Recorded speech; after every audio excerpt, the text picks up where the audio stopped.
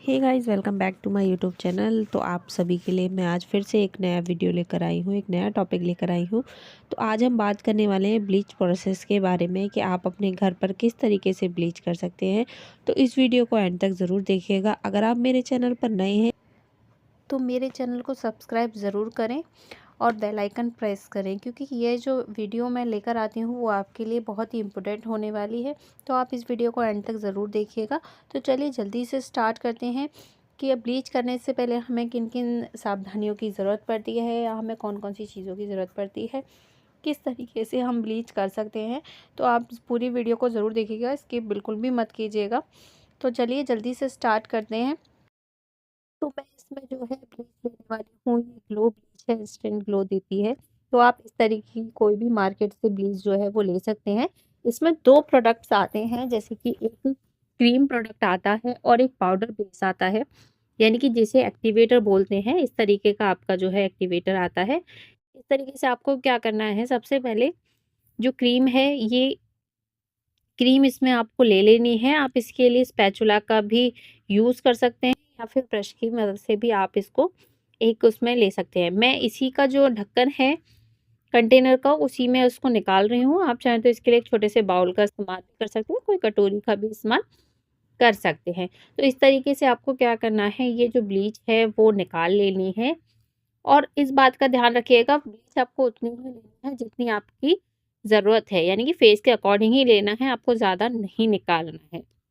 बाकी आप इसका जो ढक्कन है उसको बंद करके रखेंगे, क्योंकि अगर आप उसे ओपन रख देंगे तो उसकी जो गैस होती है या उसके काम करने का जो वर्जन होता है वो ख़त्म हो जाता है। इसी तरीके से जो एक्टिवेटर है वो मैं कुछ एक्टिवेटर का बहुत ध्यान रखें। आपको एक्टिवेटर बस एक चुटकी भर ही डालना है, ज़्यादा आपको एक्टिवेटर मिक्स नहीं करना है। अगर आप ज़्यादा कर देते हैं तो आपकी स्किन के जलने के चांसेस ज़्यादा हो जाते हैं। तो आप ज़रूर ध्यान रखिएगा, एक्टिवेटर आपको बहुत ही कम डालना है, ज़्यादा नहीं डालना है।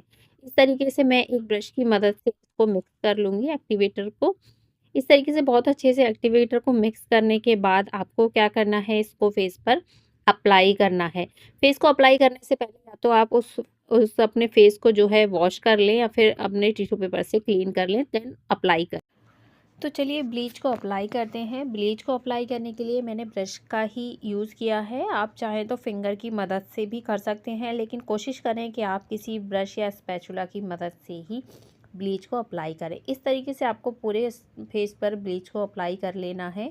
देन उसको 10 से 15 मिनट के लिए स्टॉप कर देना है, आराम से रिलैक्स कर देना है। ध्यान रहे कि क्लाइंट की जो आइज़ हैं वो ओपन नहीं होनी चाहिए, क्योंकि इसमें से जो गैस निकलती है वो आँखों पर इफ़ेक्ट करती है।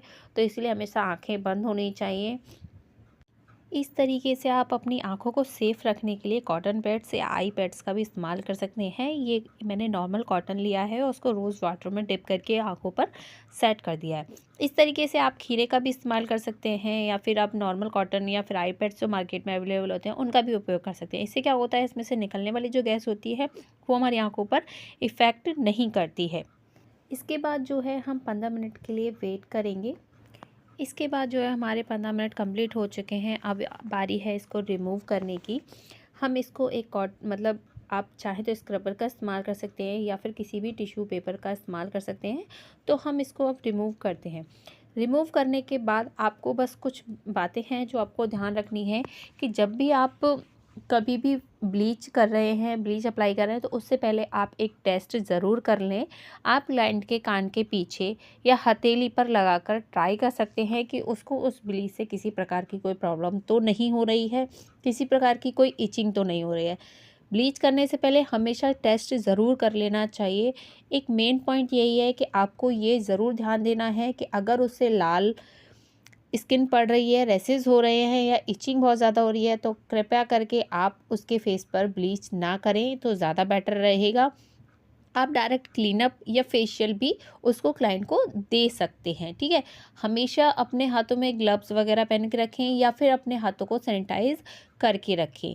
इन चीज़ों का आपको बहुत ध्यान रखना है। और एक बात ये भी है कि आप इन चीज़ों का ध्यान रखें कि जो ब्लीच है वो क्लाइंट की आंखों में ना जाए या फिर उसके मुंह में ना जाए, क्योंकि ये केमिकल है। केमिकल आंखों में जाएगा तो तुरंत मतलब रिएक्शन देगा। तो इसीलिए आप इन बातों का बहुत ध्यान रखें, क्लाइंट को अगर पहले से ही पता है कि उसको जो है ब्लीच करने से किसी प्रकार की समस्या होती है, तो ये बात आप क्लाइंट से पहले ही कंफर्म कर लें, तब आप ब्लीच दें। अगर नहीं होती है तो आप नॉर्मली ब्लीच दे सकते हैं। आप किसी भी वेदर में किसी भी कंपनी का कोई भी ब्रांड का आप ब्लीच जो है क्लाइंट को दे सकते हैं।